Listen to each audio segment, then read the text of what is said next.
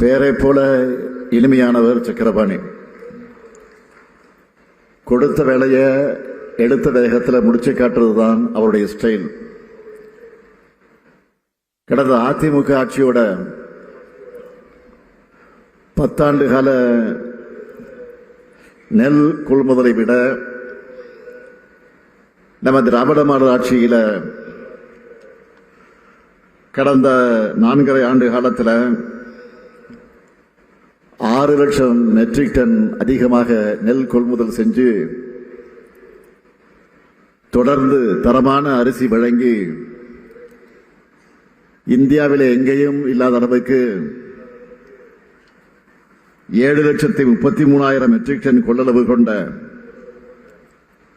மேற்கூரையுடன் கூடிய நெல் சேமிப்பு தளங்கள் கட்டி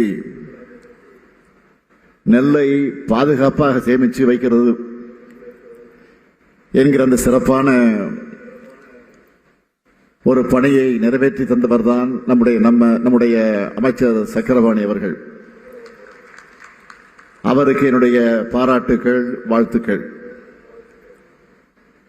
அதேபோல் இந்த மாவட்டத்தினுடைய மக்கள் பிரதிநிதிகளாக நம்முடைய அன்புக்குரிய பிரகாஷ் அவர்களும் மதியழகன் அவர்களும்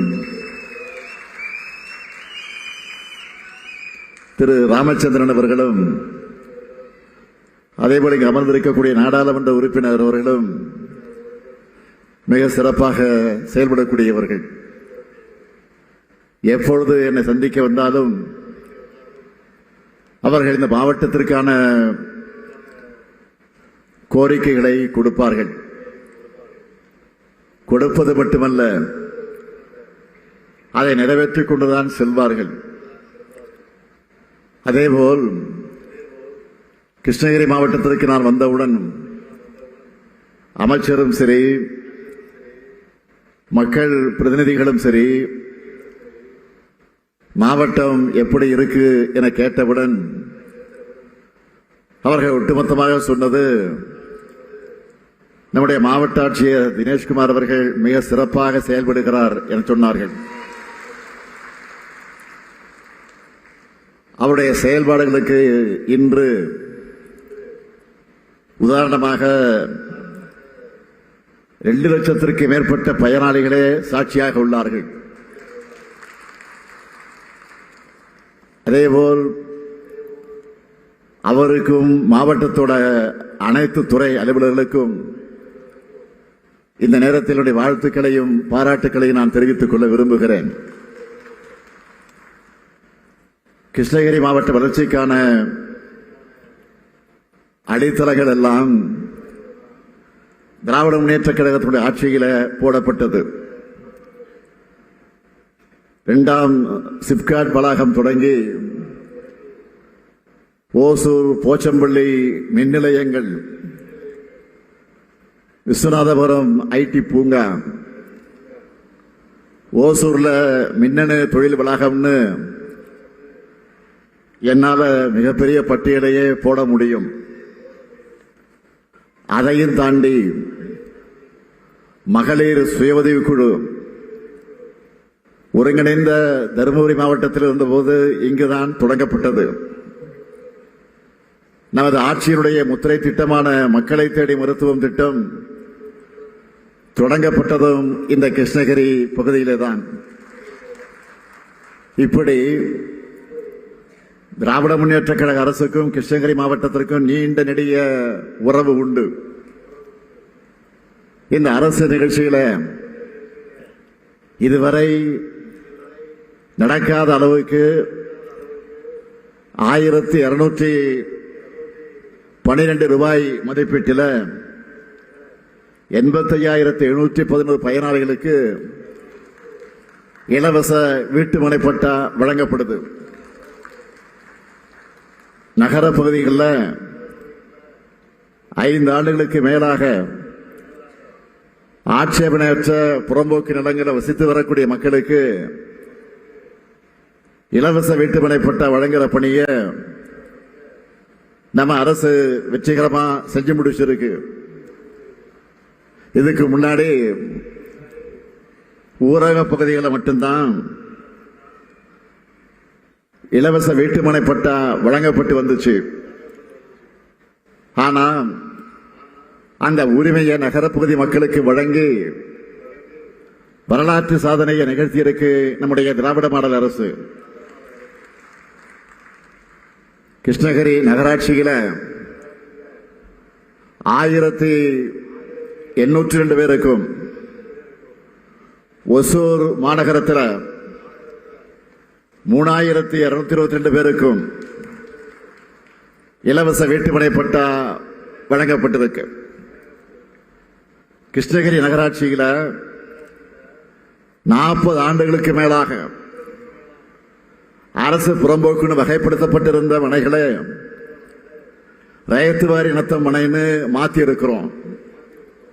கிருஷ்ணகிரி நகராட்சியில் 3500 பேருக்கும்,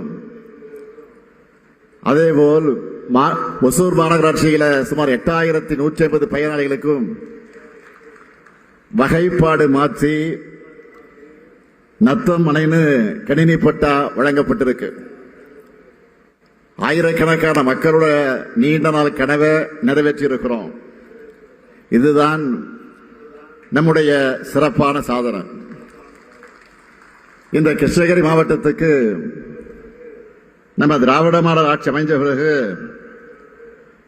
நான் செய்திருக்கக்கூடிய முக்கிய திட்டங்கள், அவற்றை நான் தலைப்புச் செய்திகளாக சுருக்கமாக சொல்ல விரும்புகிறேன். ஒசூர் மருத்துவமனையை தரம் உயர்த்த 100 கோடி ரூபாய் ஒதுக்கீடு. அரசு கலை மற்றும் அறிவியல் கல்லூரிகளில் புதிய மற்றும் கூடுதல் கட்டடங்கள் கட்டப்பட்டிருக்கு. ஆழியாலம் அணைக்கட்டு தென்பெண்ணை ஆற்று நீர் மூலமா கிருஷ்ணகிரி, தருமபுரி மாவட்டங்களோட பகுதிகள் பயன்பெற 56 கோடி ரூபாய் மதிப்பீட்டு திட்டம். எண்ணெய்கோள் அணைக்கட்டு நீரை வறண்ட பகுதிக்கு கொண்டு செல்ல 45 கோடி ரூபாய் மதிப்பீட்டு திட்டம்.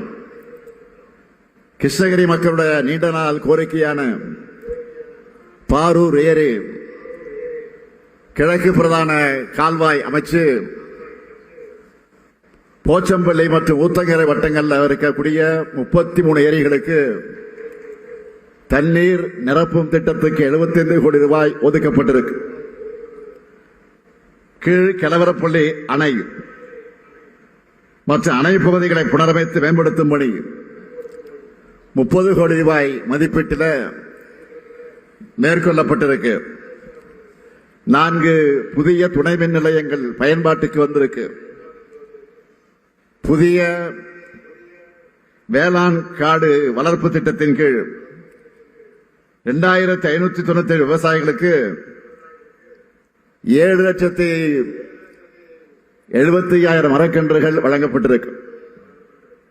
தானாம்பட்டி, கும்மனூர், மாரம்பட்டி, ஆவலக்கம்பட்டி, எண்ணெய்கோள், கம்மம்பள்ளி ஆகிய 6 கிராமங்களில் 6 மரகத பூஞ்சோலைகள் அமைக்கப்பட்டிருக்கு.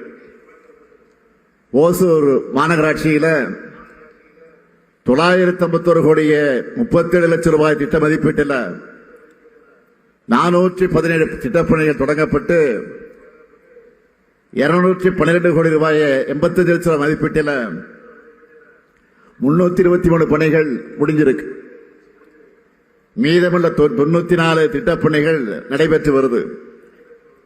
இப்படி நிறைய கிருஷ்ணகிரி மாவட்டத்துக்கு தேவையான பல்வேறு பணிகள் செஞ்சு தரப்பட்டிருக்கு. நம்ம அரசோட முக்கிய திட்டங்கள் இந்த மாவட்ட பயனாளிகள் பட்டியலில் சொல்லணும்னா, கலைஞர் மகளிர் உரிமை திட்டம், காலை உணவு திட்டம், நான் முதல்வன், புதுமை பெண்,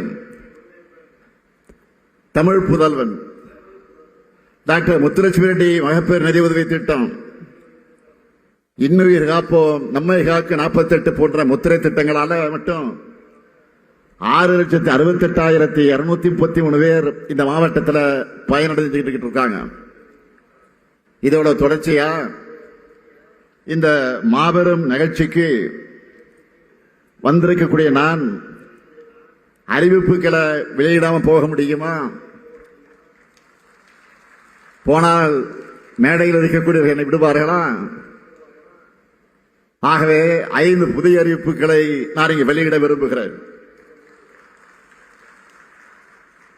முதல் அறிவிப்பு, தனி ஊராட்சி ஒன்றியத்தில் இருக்கும் பல்வேறு கிராம பொதுமக்களும் பழங்குடியினரும் ஒன்றிய தலைமையிடத்திற்கு சென்று வர அதிக தூரம் பயணிக்க வேண்டியிருப்பதால் அஞ்சட்டியை தலைமையிடமாக கொண்டு புதிய ஊராட்சி ஒன்றியம் அமைக்கப்படும். இரண்டாவது அறிவிப்பு, கிளமங்கலம் ஊராட்சி ஒன்றியத்திற்குட்பட்ட பல்வேறு மலை கிராமங்களுக்கு 12 கோடி 43 லட்சம் ரூபாய் மதிப்பீட்டில் சாலைகள் அமைக்கப்படும். மூன்றாவது அறிவிப்பு, கிளமங்கலம் பகுதியில் போக்குவரத்து நெரிசலை குறைக்கக்கூடிய வகையில் கிளமங்கலம் புறவழிச்சாலை அமைப்பதற்கான விரிவான சாத்தியக்கூறு அறிக்கை தயாரிக்கும் பணி தொடங்கப்படும். நான்காவது அறிவிப்பு, ஒசூர் மாநகர NH 44 மற்றும் NH 844 ஆகியவற்றை இணைக்கக்கூடிய விதமாக புதிய சாலை அமைப்பதற்கான சாத்தியக்கூறு அறிக்கை தயாரிக்கப்படும். ஐந்தாவது அறிவிப்பு, ஒசூர் மாநகரில் LC 104 ரயில்வே கேட் பகுதியில் புதிய ரயில்வே மேம்பாலம் அமைக்கப்படும். இப்படி கிருஷ்ணகிரிக்கு மட்டுமல்ல, தமிழ்நாட்டில் இருக்கக்கூடிய ஒவ்வொரு மாவட்டத்துக்கும் பார்த்து பார்த்து வளர்த்து வரோம். ஒவ்வொரு தனிமனிதனுடைய கோரிக்கையும் நிறைவேற்றி வருகிறோம். அதனாலதான் மக்கள் கிட்ட திராவிட முன்னேற்ற கழக அரசுக்கான ஆதரவு நாளுக்கு நாள் பெருகி வருகிறது. இந்த நிகழ்ச்சிக்கு நாங்கள் நியாயமாக 9 மணி அளவு 10 மணி அளவில் வந்து சேர்ந்திருக்க வேண்டும். நாங்கள் ஒசூர் விமான நிலையத்தில் வந்து 9 மணிக்கு இறங்கினாலும் 1 மணி நேரம் 1.5 மணி நேரத்தில் இங்க வந்து நிச்சயமாக சேர்ந்திருக்க முடியும். ஆனால் வருகிற வழியெல்லாம் ஆங்காங்க இருக்கக்கூடிய மக்கள், பெண்கள், இளைஞர்கள், ஆண்கள், முதியவர்கள், விவசாய பெருங்குடி மக்கள் சாலை நெருமறைகளில் நின்று எங்கள் வாகனத்தை வழிமறித்து வரவேற்று அவர்கள் எங்களை மகிழ்ச்சி கடலில் ஆழ்த்தினார்கள். ஆகவே அதையெல்லாம் முடித்துவிட்டு இங்கு வந்து சேருவதற்கு தாமதமாக இருக்கிறது. தாமதமாக வந்த காரணத்தால் நான் முதலில் இடத்தில் வருத்தத்தை நான் தெரிவித்துக் கொள்ள விரும்புகிறேன். எதற்காக சொல்லுகிறேன் என்று சொன்னால், இந்த ஆட்சியின் மீது, இந்த திராவிட மாடல் ஆட்சியின் மீது அதை பொறுப்பேற்று நடத்திக் கொண்டிருக்கக்கூடிய முத்துவேல், கருணாநிதி, ஸ்டாலினாக இருக்கக்கூடிய என் மீது அவர்கள் காட்டக்கூடிய அந்த பாசம், அந்த அன்பு இன்றைக்கு இங்கே வந்து சேருவதற்கு தாமதமாகி நேர்ந்திருக்கிறது. அதனால்தான் தயவு கூர்ந்து அதை பொறுத்தல் வேண்டும் என்று நான் இந்த நேரத்தில் கேட்டுக்கொள்ள கடமைப்பட்டவனாக நின்று கொண்டிருக்கிறேன். இதையெல்லாம் தாங்கிக் கொள்ள முடியாத எதிர்க்கட்சிகள் ஆக்கபூர்வமான எந்த விமர்சனத்தையும் வைக்க முடியாமல் வயிற்றெரிச்சல் காரணமாக திமுக தன்னுடைய தேர்தல் வாக்குறுதிகளை எதையும் நிறைவேற்றல என்று பொத்தாம் பொதுவா சொல்லிட்டு இருக்கிறாங்க. ஒரு பழமொழி உண்டு, பொய் சொன்னாலும் பொருத்தமா சொல்லுங்க அப்படின்னு ஒரு பழமொழி உண்டு. அதுதான் என்னுடைய நினைவுக்கு வருகிறது. நான் கூற விரும்புகிறேன், ஆட்சி பொறுப்பு கந்ததற்கு பிறகு நான் கொடுத்திருக்கக்கூடிய வாக்குறுதிகள் மட்டுமல்ல, சொல்லாத வாக்குறுதிகளான காலை உணவு திட்டம் தேர்தல் வாக்குறுதியில் சொல்லப்பட்டதா, புதுமை பெண் தேர்தல் அறிக்கையில் குறிப்பிடப்பட்டிருக்கிறதா, தமிழ் புதல்வன் திட்டம் நாங்கள் வந்தால் நிறைவேற்றுவோம் என்று உறுதி தந்தோமா, நான் முதல்வன் அதை பற்றி குறிப்பிட்டு சொன்னோமா? மக்களை தேடி மருத்துவம், இன்னுயிர் காப்போம், நம்மை காக்க 48 குறிப்பிட்டு காட்டியிருந்தோமா? ஆக இவைகளெல்லாம் தேர்தல் அறிக்கையிலே சொல்லாமலேயே செயல்படுத்திக் கொண்டிருக்கிறோம். நம் அரசு எப்படி இந்தியாவுக்கே முன்னோடி மாநிலமாக செயல்படுதுன்னு ஏராளமான கட்டுரைகளை பத்திரிகைகள் வெளியிடுது, செய்திகள்ல சொல்றாங்க. இன்னும் சொல்லணும்னா ஏராளமான வட இந்திய யூடியூப் சேனல்கள் கூட ரிசர்ச் செஞ்சு ஆய்வு செஞ்சு திராவிட மாடலை பத்தி அவங்க மாநில மக்களுக்கு எடுத்து சொல்லிட்டு இருக்காங்க. ஆனா இது எதுவுமே சிலருக்கு தெரியலன்னு சொல்றதை விட தெரிஞ்சும் மறைக்க விரும்புறாங்க. பொய்களை பரப்புறதும் கடங்கம் கற்பிக்கிறதும் காலங்காலமாக அவங்களுடைய அரசியல். கொள்கையற்ற அந்த கூட்டத்துக்கு அதை தாண்டி ஒன்றும் தெரியாது. மலிவான அரசியல் பண்றவங்களுக்கு பதில் சொல்ல வேண்டிய அவசியம் இல்லை. என்றாலும் வாக்களிச்ச மக்களான உங்களுக்கு பதில் சொல்ல வேண்டிய பொறுப்பும் கடமையும் எங்களுக்கு உண்டு. அதை நான் உணர்கிறேன். அதனால்தான் நம்முடைய மாண்புமிகு அமைச்சர் ஒருவர் தங்கம் தென்னரசு, கோவை செழியன், எஸ் சிவசங்கர் ஆகிய 3 அமைச்சர்களும் 1 மணி நேரத்திற்கு மேலாக ஊடகங்களை எல்லாம் வரவழைத்து, ஊடக நிருபர்களை எல்லாம் வரவழைத்து நேருக்கு நேராக உட்கார வைத்து அந்த ஊடகங்களுக்கு முன்னாடி மிக தெளிவாக எடுத்து சொன்னார்களே, திமுக வழங்கின 505 தேர்தல் வாக்குறுதிகள்ல 364 நிறைவேற்றி செயல்பாட்டில் இருக்கு. 40 அறிவிப்புகள் அரசினுடைய பரிசீலனை இருக்கு. அந்த வகையில் மொத்தம் 404 திட்டங்கள் நிறைவேற்றப்பட்டிருக்கு. இது இல்லாம ஒன்றிய அரசின் பரிசீலனைக்காக நிலுவையில் இருக்கிறது 37 திட்டங்கள். 64 திட்டங்கள் இப்போதைக்கு நிதி காரணமாக எடுத்துக்கொள்ள இயலாத திட்டங்களாக இருக்குன்னு துறைவாரியா பிரிச்சு தெளிவாக மக்களுக்கு விளக்கி சொன்னாங்க. ஆனா நல்லதையெல்லாம் பார்க்க மாட்டேன், கேட்க மாட்டேன், உண்மையை பேச மாட்டேன்னு முடிவோடு இருக்கக்கூடிய எதிர்க்கட்சித் தலைவர் பழனிசாமி அவர்களுக்கு வழக்கம் போல இதெல்லாம் தெரியல. பொய்களை வச்சு கருத்துருவாக்கம் பண்ணலான்னு சிலர் நினைக்கிறாங்க. ஆனா என்றைக்குமே உண்மைக்குதான் வலிமை அதிகம். நாங்க கொடுத்த வாக்குறுதிகளை, நீட் விலக்கு போன்ற வாக்குறுதிகளை இப்போதைக்கு எங்களால் நிறைவேற்ற முடியல. நாங்க மறுக்கலையே, நல்லா கவனிங்க, இப்போதைக்கு நிறைவேற்ற முடியல. அதுக்காக நாங்கள் முயற்சி செய்யாமல் இருந்தோமா? முயற்சி செய்யாமல் இருக்கிறோமா? ஆட்சி பொறுப்புக்கு வந்த உடனே நீட் விலக்குக்கு சட்டமன்றத்தை சட்டமேற்றி அனுப்பினோம்.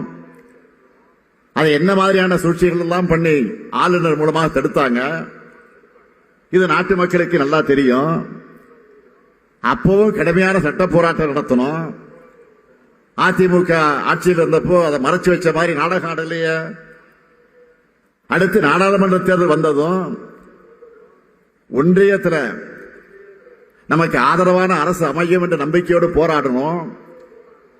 தமிழ்நாட்டுடைய உணர்வை புரிஞ்சுக்கிட்டு இந்தியாவினுடைய இளந்தலைவராக இருக்கக்கூடிய மதிப்பிற்குரிய சகோதரர் ராகுல் காந்தி அவர்களும் தமிழ்நாட்டுக்கு நீட் விலக்கு அளிக்கப்படும் உறுதியளித்தார். தமிழ்நாட்டு மக்களான நீங்க புதுச்சேரி உட்பட 40 தொகுதிகளில் இந்தியா கூட்டணிக்கு வெற்றியை தந்தீங்க. ஆனா ஒன்றியத்தில் பாஜக ஆட்சி அமைஞ்சது. அதுவும் பெரும்பான்மை ஆட்சி கிடையாது, சிலர் ஆதரவோட மைனாரிட்டி ஆட்சியாகத்தான் அமைச்சிருக்காங்க. நாட்டு மக்களுக்கு எதிரான அவங்களோட ஆட்சி நெடுநாள் நீடிக்காது. நான் உறுதியாக சொல்லுகிறேன், நிச்சயம் ஒரு நாள் நம்முடைய மாநிலத்திற்கான உரிமைகளை காக்கிற ஆட்சி அமையத்தான் போகிறது. அடுத்து வெளிநாட்டு பயணங்களை பற்றியும் முதலீடுகள் பற்றியும் விமர்சிக்கிறார் திருவாளர் பழனிசாமி அவர்கள். தமிழ்நாட்டை விட்டு தொழில் நிறுவனங்கள் ஓடி போக காரணமாக இருந்த பழனிசாமி, இருந்தாலும் அதுக்கு எவ்வளவு முதலீடுகள் வந்திருக்கு, எவ்வளவு வேலைவாய்ப்புகள் உருவாக்கப்பட்டிருக்கு தெளிவாக சொல்லிட்டு தான் இருக்கிறோம். இது எதுவுமே அவருடைய காதுல விழமாட்டேங்குது. 10 ஆண்டுகள் அதிமுக ஆட்சியில கொடுத்த வாக்குறுதிகள், நிறைவேற்ற வாக்குறுதிகள் என்னன்னு அவரால் பட்டியலிட்டு சொல்ல முடியுமா?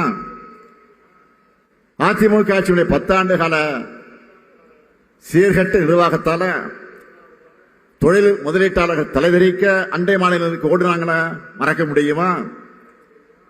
அந்த நிலைமையை அப்படியே தலைகளாக நாம மாற்றி இருக்கிறோம். பழனிசாமி அவர்களும் தான் தன்னுடைய ஆட்சி காலத்தில் முதலீட்டாளர் மாநாடு நடத்தினார். ஒப்பந்தமும் கையெழுத்தானதாக சொன்னாங்க. அதுல பாதி கூட வரலையே. அவரும் வெளிநாடு போனார், முதலீடுகளை ஏற்றுட்டோம் சொன்னார். ஆனா கையெழுத்தாக இருப்பதில் கால்வாசி கூட செயல்பாட்டுக்கு வரல. ஆனா நாம ஆட்சிக்கு வந்ததற்கு பிறகு வெளிநாடுகளை சென்று ஒப்பந்தம் போட்டதுல 77 விழுக்காடு நிறுவனங்கள் வந்திருக்கு. மீதமுள்ளவையும் தொடங்கக்கூடிய பணியில் இருக்கு.